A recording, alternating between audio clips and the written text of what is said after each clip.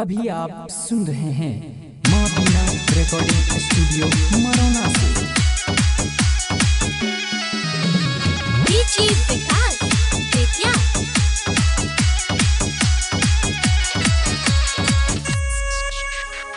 लाल पिया रंग लगे गोरे गोरे गाल में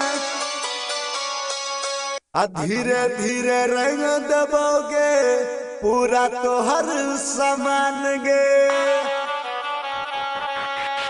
होली में छोरी होली में तोरा रंग लगे बहु चोली में। होली में छोरी होली में तोरा रंग लगे बहु ढोरी में। होली में छोरी होली में तोरा रंग लगे बहु ढोरी में। ढोरी में छोरी ढोरी में तोरा रंग लगे बहु ढोरी में। चोली में छोरी चोली में तोरा रंग लगे बहु चोली में। चोली में छोरी चोली में तोरा रंग लगे बहु चोली में।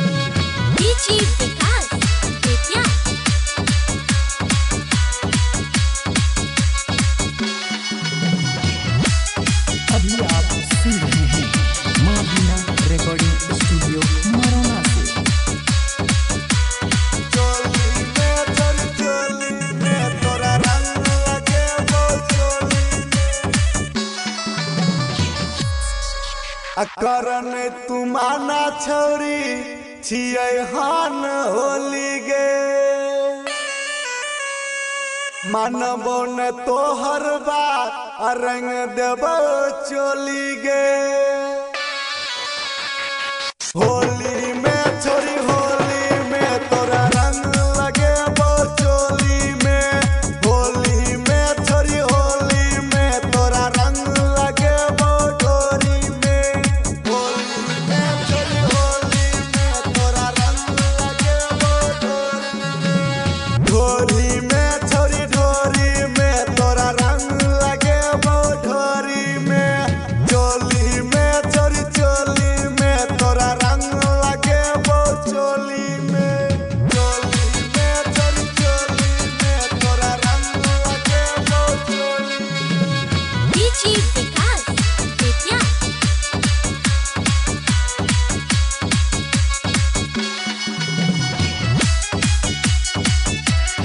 अभी आप सुन रहे हैं माँ बीना रिकॉर्डिंग स्टूडियो मरौना से।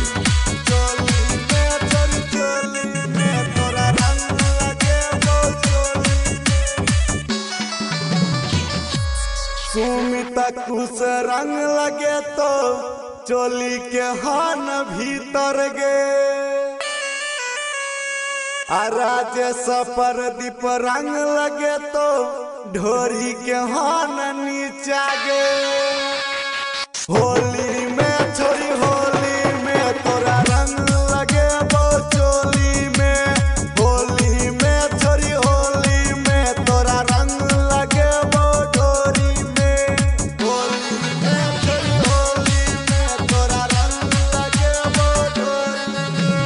ढोरी में छोरी ढोरी में तोरा रंग लगे बहु ढोरी में। चोली में छोरी चोली में तोरा रंग लगे बहु चोली में। अभी आप सुन रहे हैं माँ बीना रिकॉर्डिंग स्टूडियो मरौना से।